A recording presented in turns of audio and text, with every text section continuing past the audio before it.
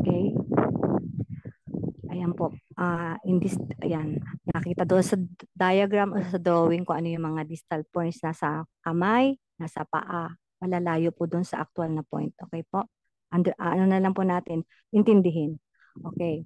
Meridian distal points sa organ systems. Okay? Ah, bawat organ meron kanya-kanyang distal point. Lungs, lung 7, large intestine, LI4. Take note po natin.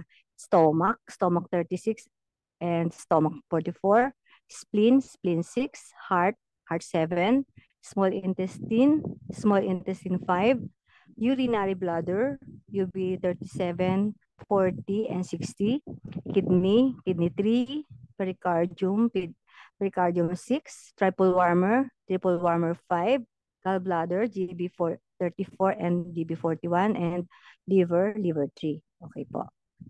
Screenshot na lang po natin. Andiyan po yung drawing, pag-aralan natin kung nasaan ang mga locations po ng distal points. Okay? Yan po. So, the diagram above shows a man standing with two circles passing through him. One, the inner circle, covers the body, upper leg, and arm. Then there is an outer circle going through the head, hands, and the feet. This diagram will help you decide how to choose the meridian distal points on the 3 young meridians of the leg. These are long meridians that tumatakbo from the head sa to foot, and we need more than one distal point to treat symptoms on these meridians, okay? When the symptoms are within the inner circle, the distal point should be at the knee or at the inner circle. If the problem was in the head or neck area, the distal point should be on the foot in the outer circle, okay?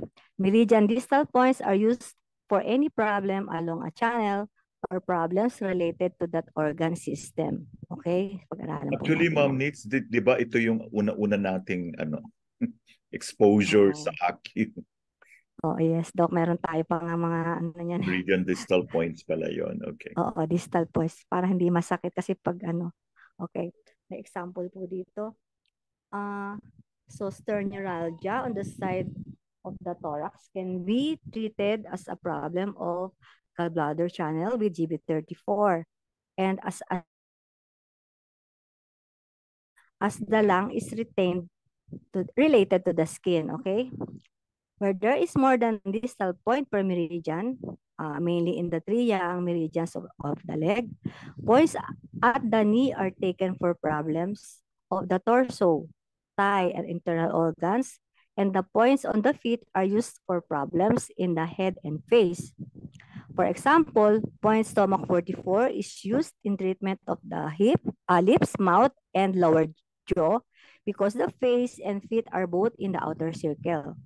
Whereas point stomach 36 is used for problems concerning the organ stomach, for diseases of the breast, abdomen, and along the front of the thigh, as problem along the stomach meridians in these areas. Take note po natin ha, on the gallbladder meridians, point GB34 is used for temporal headache and pain on the side of the neck, and point GB34 for gallbladder pain and pain in the hips and sides of the thighs.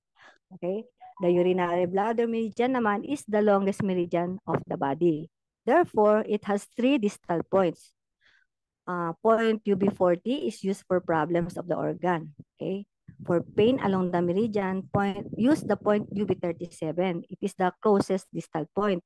It is used for lumbosacral pain. And point UB40 for thoracic backache, and point UB60 for cervical pain. Okay? Yun po. Remember po natin pag-aralan. Okay So po. this is very important po sa beginners, di ba? Yes. Kahit ito lang, kunan mo ng snapshot. Tapos na yun. Chat po natin. Pwede ka na mag-treat. Maganda yan.